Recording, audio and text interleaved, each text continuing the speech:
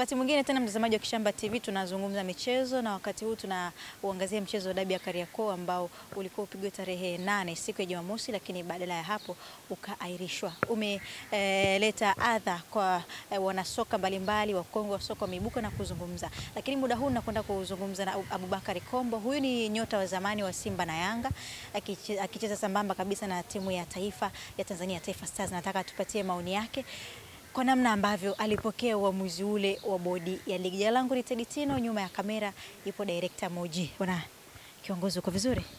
Nashukuru, habari ya kwako? Njema kabisa, hongera na pole kwa mfungo. Asante bwana, ndio nguzo hizi ambazo tumeamriwa tufanye nini? Tuzitekeleze, tuzitimize, kwa hiyo tunashukuru. Jumamosi ya juzi ilikuwa ni siku ambayo wengi tulikuwa tunaisubiria. Ilikuwa ni siku watu wapate burudani ya dabi ya Kariakoo. Baada ya hapo ikasogezwa mbele.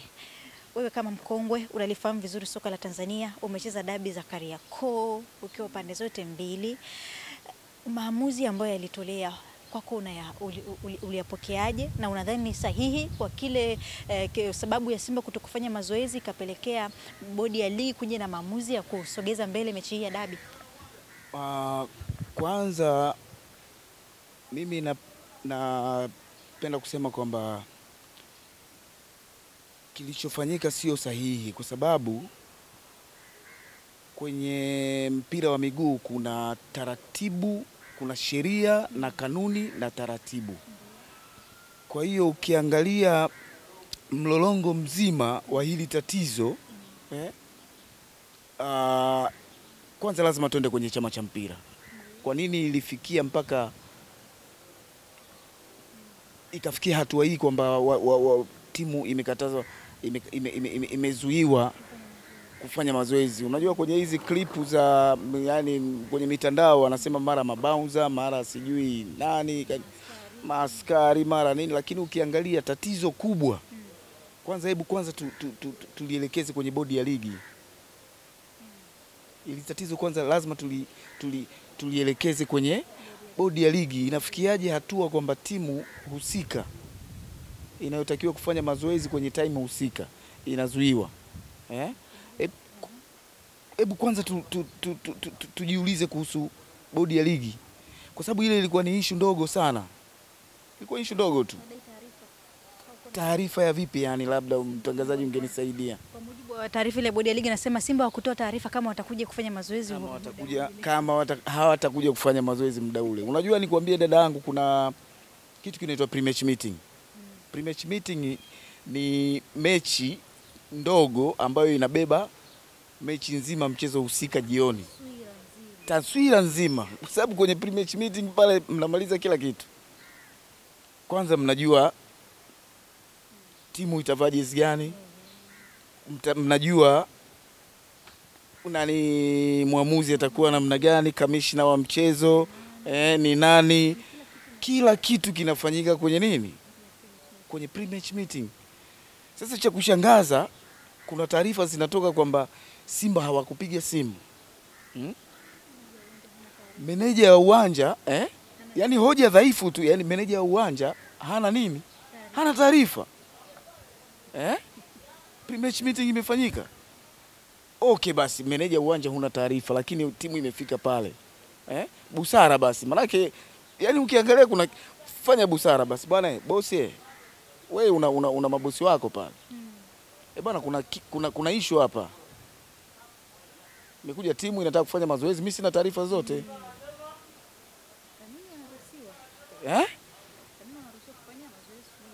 Na kikanuni unajua, wewe huwezi kuniambia meneja wa uwanja, meneja wa uwanja, kwa sababu unapoomba pale kazi ya kuwa meneja lazima uwe na professional, yani by professional lazima ujue kila kitu. Yani umekamilika.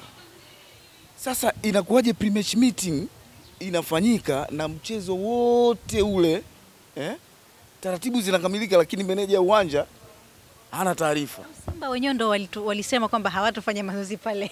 Unajua, lakini hizi mechi mara nyingi za Simba na Yanga dabi zinakuwa na mambo mengi. Yawezekana pia Simba hawakutaka kutoa taarifa, lakini wanajua kwamba wao wana haki ya kwenda kufanya, kwa sababu wameshafanya pre-match meeting, wameshafanya nini.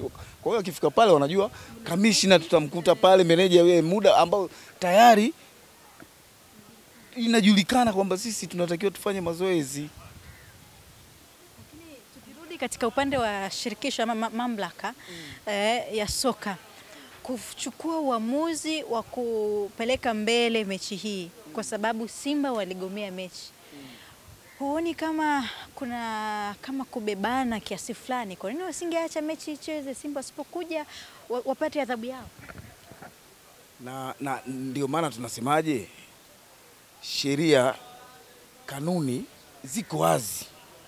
Ukitaka kuona kwamba hapa kuna siasa, ndio vitu kama hivi. Okay, Simba kavunja sheria, akasema kwamba mimi siendi. Sawa? Anatunisha sasa. Siendi mpaka upuuzi ufanye nini? Ufanywe kazi au uishe. Sasa na mamlaka inaona kabisa kwamba imeshafanya blanda, hawezi kuwachukulia hatua yote. Niamini mimi kwamba Simba kweli wamevunja sheria, kwamba sisi kutokana na huu upuuzi hatuji kucheza, lakini kanuni na sheria zipo wazi kwamba timu ikigomea kutokwenda uwanjani lakini kwenye hili amini mimi hawatatoa adhabu ya aina yote, kwa sababu wao wenyewe kwanza wameshafanya nini? Wameshafanya blanda. Lakini mambo haya yanaonekana ni kama vile hayajaanza leo, na jambo hili sio la kwanza. Tupo uzoefu wako. Mambo haya ni ya muda mrefu sana, lakini hatuoni Simba na Yanga kuchukuliwa hatua. Hili tatizo ni kwamba kwanza watu wanachukulia kwamba mimi nikishakuwa kiongozi wa Simba au wa Yanga nina gadi fulani hivi ya wanachama, kwa sababu mimi naongoza taasisi kubwa. Kwa hiyo mimi wale TFF hawezi kuniambia, yani viongozi wa Simba na Yanga huwa wanaweza wakajiamulia kitu na wakajua hawawezi kufanya chochote, kwamba wao ndio wakubwa kwenye hii nchi, kitu ambacho sio sahihi. Simba na Yanga zipo juu ya mamlaka. Ziko juu ya mamlaka. Kama hili lililotokea, limetokea mechi iliyopita kule kwamba ile ya Mei 8 iliyopita, mechi ilikuwa ichezwe saa 11, lakini kutokana na kulitokana na Mheshimiwa Rais kulikuwa na hafla sijui na ratiba zikaingiliana, kwa hiyo wakabadilisha muda. Yanga wakasema sisi tumepangiwa muda ule ule, wakaja saa 11 wakafanya warm up wakaondoka. Nini kilichofuatia? Kanuni zimevunjwa. Okay, Yanga wanasema wako sawa, Simba wamekuja muda ule nao wanasema wao wako. Kwa hiyo kama hatutazisimamia sheria hizi tulizozitengeneza sisi wenyewe, tukazifuata tukazisimamia, hili ni tatizo. Hii ni siasa sasa. Kwa sababu kwa akili ya kawaida, ndugu mtangazaji, kwa akili ya kawaida tu haiwezekani mtu aseme kwamba meneja hana taarifa. Dabi kubwa kama ya Simba na Yanga, East Africa, Afrika na dunia pia. Azam TV wamepambana, wameutangaza mpira, wamechukua matangazo. Meneja unakuja kuniambia kwamba huna taarifa? Inakuingia akilini kweli dadangu?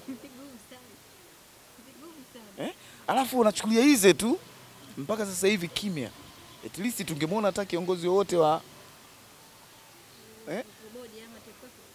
either wote bodi ya ligi wadau, yani viongozi wa TFF nani, at least hata tamko kuwapoza watu kidogo, kwa sababu watu wametumia gharama zao, dadangu, wametoka mbali. Yani unachukulia hizi tu kwamba sio itasogeza mbele. Hivi vitu lazima vikemewe, lazima vishughulikiwe. Tunapoteza mvuto, tunajigamba kwamba sisi ni nafasi ya 6 Afrika, ligi yetu. Kwa mambo kama haya dadangu, inawezekana kuzicontrol hizi Simba na Yanga ambazo kwa sasa hivi tunaziona kama vile ziko juu ya mamlaka? Kuzicontrol kwa sasa hivi ni ngumu, kwa sababu imeshaota mizizi. sijui atokee nani aweze kutunusuru kwenye kitu kama hiki, kwa sababu mpira, unajua mpira yani mpira unaendeshwa kwa sababu unaowaongoza kwenye mpira wana akili tofauti. Kwa hiyo usiposimamia sheria lazima utayumba. Kuna wasomi, kuna ambao sio wasomi, kuna wanaojua na wasiojua, na haswa hizi media sasa hivi, unajua, samahani kwa hilo, kuna watu wengine wanawahoji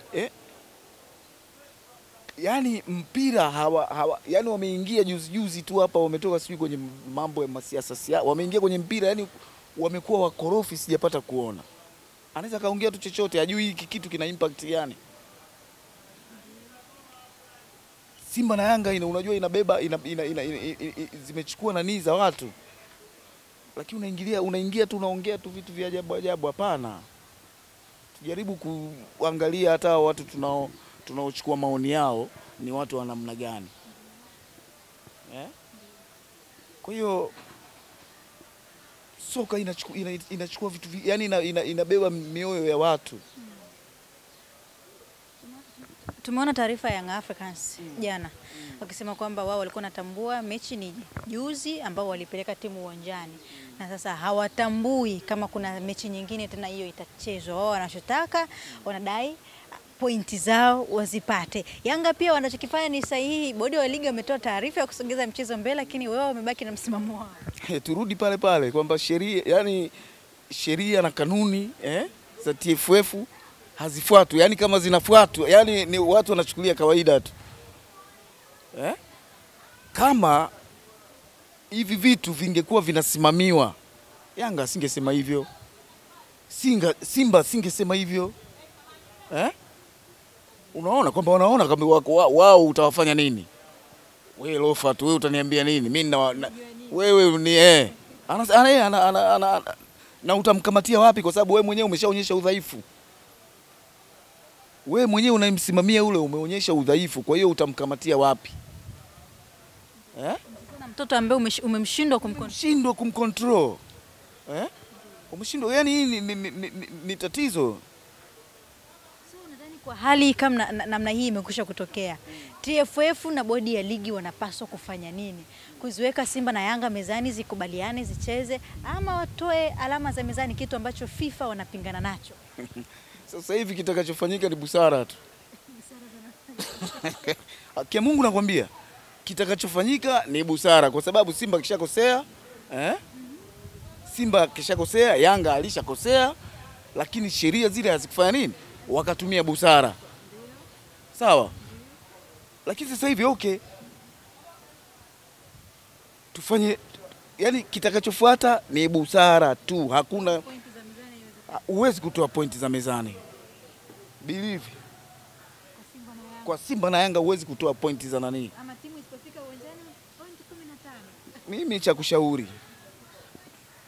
kushauri kuanzia sasa hivi zile sheria, kanuni, lazima ufuatwe, usimamiwe kama inavyotakikana, kwa sababu kama wangesimamia kanuni na haya masuala ya kuzuiwa pale sijui geti ndani yasingetokea. Kamishna upo pale, una utaratibu, una askari wako, si ndio? Bana hebu tuangalie kanuni inasemaje. Bana, Simba muda fulani hivi na hivi na hivi na hivi. Mabounce watasema nini? Meneja angekuepo pale, mabounce wangefanya nini? Ina maana watu wamekaa tu wanachukulia tu kila kitu hizi, lakini hawajui hiki kitu kinabeba mnania watu, mamilioni ya watu. Zimechukua katika mioyo wa watu. Ili imetokea tatizo kama hili. Kuna chombo husika pale. Bana, kimbia pale mara moja bana, Taifa pale kuna tatizo. Simba wamegomewa kuingia baada ya dakika 20 uko pale. Bana, kamishna uko pale. Ukiona tatizo unaita nani? Vyombo vya usalama viko pale. Meneja yuko pale. Lingetokea hili.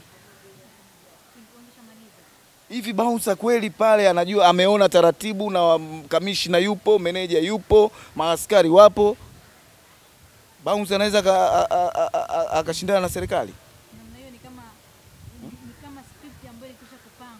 yani ni kama vitu ambavyo vimepangwa, vina maelekezo fulani. Yani huwezi kuamini yani vitu kama hivi. Lakini ni kama siasa za Simba na Yanga hivi kwenye dabi.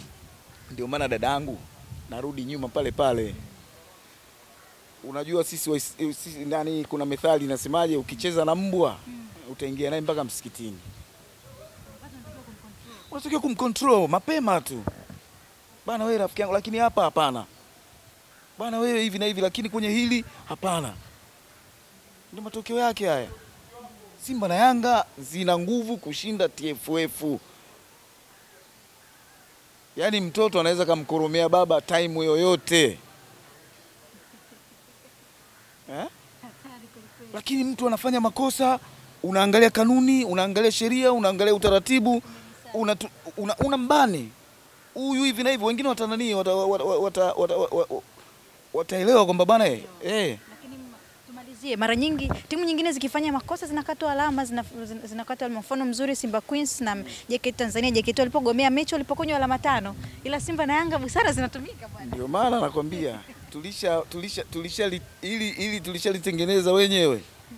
Yaani unasema sijui nini unalitengeneza sijui nini utalinywa, ndio hili yani. Kwa sababu haiwezekani.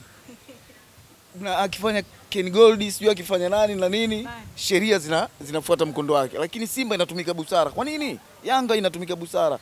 Kwa nini? Tunakuwa juu ya sheria zinaonekana. Yaani hivi vitu tumevitengeneza mwenyewe dada yangu. Tumevitengeneza sisi wenyewe. Sasa hivi vinatushinda. Ina maana kuna madhaifu makubwa sana juu ya kusimamia sheria zetu za soka hapa. Kwa hiyo mimi ninachoshauri wa TFF, bodi ya ligi nini, wajaribu kuliangalia ili walifanyie kazi. Mimi nikushukuru sana kwa muda wako na maoni yako. Asante sana dadangu, na mimi nashukuru sana. Mnafanya kazi nzuri. Lakini ninachoomba mimi, mjaribu kama mnachukua maoni ya watu, muangalie na watu wenyewe na ni vitu gani wanaviongelea kuhusu sisi tunachotaka soka letu lifanye nini? Liinuke zaidi, sio tena kuingiza vitu ambavyo viko nje ya mpira. Simba na Yanga wabaki kuwa watani. Simba na Yanga ni utani. Sasa unajua kuna utani alafu kuna kukera. Ukishamkera mtu ujue tena hilo hamcheki hapo. Hapo tupo kwenye utani, lakini kinachotakiwa wataniane, wasikerane. Itufurahi. Ndio inatuunganisha sisi Simba na Yanga. Shukuru sana. Asante sana, asante sana. Alipozungumzia kwenye utani kama jana ambavyo afisa habari wa klabu ya Yanga Alikamwe alipeleka gari lake Bunjo kule kwenda kuwakera watani. Sasa nikwambie kitu kimoja. Ile pia kidogo sio ile sio nzuri, yani sio nzuri kiusalama. Kiusalama sio nzuri. Iko kwenye dhana ya kukera. Hiyo iko kwenye dhana ya kukera. Ile sasa sio utani, kwa sababu ungewakuta Simba wapo kule na washabiki wao wanakupiga mawe, alafu wewe mwenye basi kiongozi atakwambia bwana kule ulifuata nini. Kwa hiyo tuendeleze utani, tuache yale mambo ya kukerana yale. Huyo ni mkongwe mchezaji wa zamani wa Simba na Yanga Abubakar Kombo akitupatia maoni yake kuhusiana na kile ambacho kimetokea siku ya Jumamosi, wakati huu ambako tunaendelea kusubiria maamuzi ya TFF na bodi ya ligi watatoka kuja kutuambia kitu gani. Tuendelee kusubiri kile ambacho watakuja kutuambia. Jina langu ni Teddy Tino, nyuma ya kamera kwa director Moji.